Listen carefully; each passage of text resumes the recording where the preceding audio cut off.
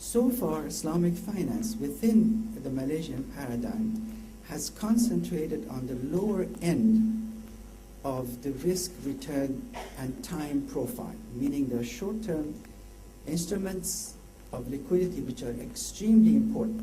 In fact, when I started working on Islamic finance in the late 70s, already a term was coined for Islamic finance that was profit and loss sharing. And as an economist, thinking about how you can have a system which just relies on risk-return relationships within profit and loss sharing, the question always came up, where is the liquidity going to come from for this system? Because if you commit all your financial resources to developing only instruments that are profit loss sharing, then these instruments will not become available should the system be subjected to liquidity shock. Therefore, so far, what has happened is that with, thanks to Malaysia, Islamic finance now has the instruments of liquidity creation. So should there be a shock to the system itself, liquidity instruments are there in order to absorb the shocks.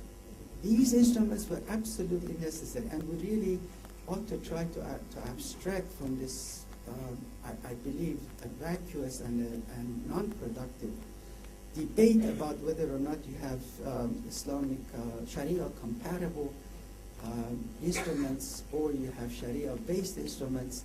These instruments that are already on the books are approved by fuqaha, and we should take it like that and move on to develop the equity sharing and risk-sharing instruments as quickly as possible.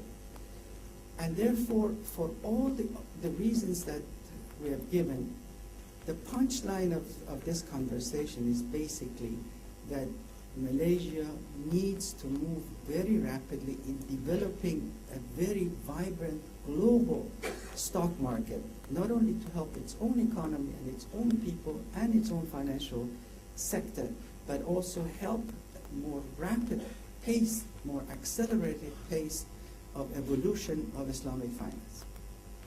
With that, I can then start talking about the topic. There are words in there that really require explanations. The first is paradigm change. I want to make sure that it's understood. We are not talking about a paradigm shift. The paradigm shift we have in mind and we hope for and pray for is a shift from a conventional financial paradigm to an Islamic paradigm, a fully developed Islamic paradigm. And that paradigm, of course, has its beginning, in my view, in a very systematic and very well thought out, deliberated Malaysian paradigm. But what is a Malaysian paradigm? As you know, paradigm is basically a conceptualization of reality, or some parts of reality. And paradigm usually has some abstract way of thinking, which is, we could call it a model. It abstracts from certain elements of reality in order to be able to handle exactly what this phenomena that is supposed to be explained is going to be handled. And every paradigm must have policy recommendations coming from it. In addition, there has to be a critical mass of practitioners who will take the paradigm and apply it to the real world. Without this, you don't have a paradigm.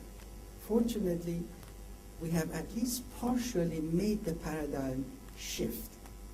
What the paradigm change referred to is that within the Malaysian paradigm of Islamic finance, we now need to change emphasis from the lower end of the spectrum of the menu of financial instruments of Islam to the higher end of the spectrum of longer term and greater risk return profile.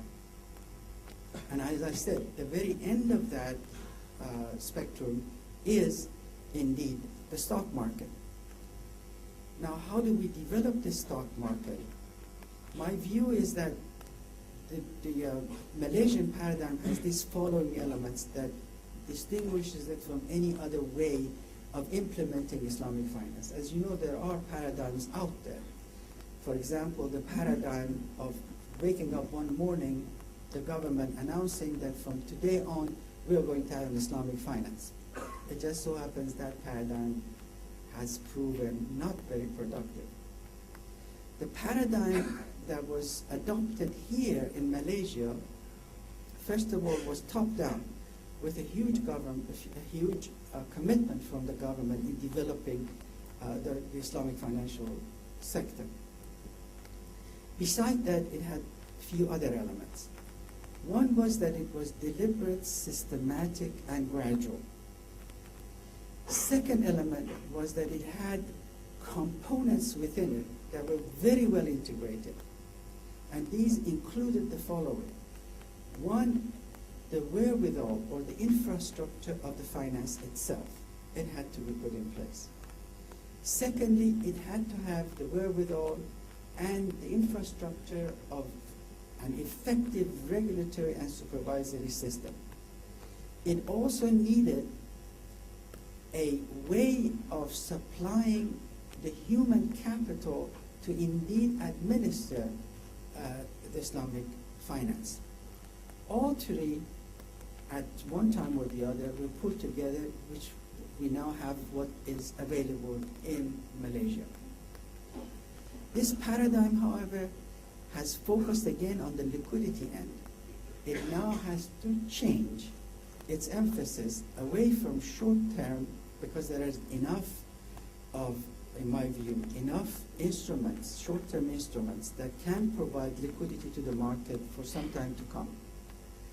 The biggest fear one has is that by continuing to concentrate on this lower end of the spectrum, you set in motion a path dependency, meaning that we get into a habit of concentrating on this lower end and constantly innovating, product differentiating the same instruments over and over again, basically because the market demands it, and never develop the long-term instruments that can serve the investment and growth needs of the economy. So we need to complete that. But it isn't going to happen unless we go back to the first element of Malaysian paradigm. An active participation, beside commitment, an active participation of the government in assuring that this also will take off the ground the same way as the initial paradigm took off. By active participation, we mean the following. Providing a vibrant stock market development with the elements which is going to need in order to really become the stock market of the world. For that to happen, government has to give it enormous amount of energy initially.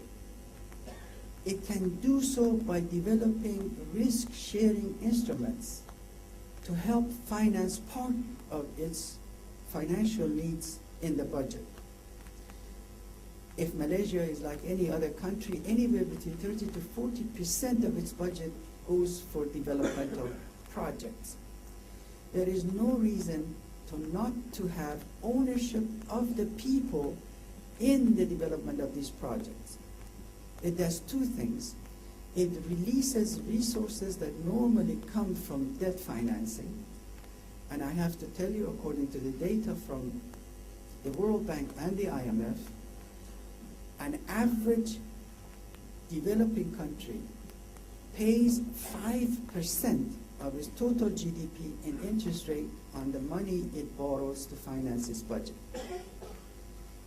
And that constitutes 17% of government budgets. Compared to that, only 3% of developing countries' government budget goes to social programs.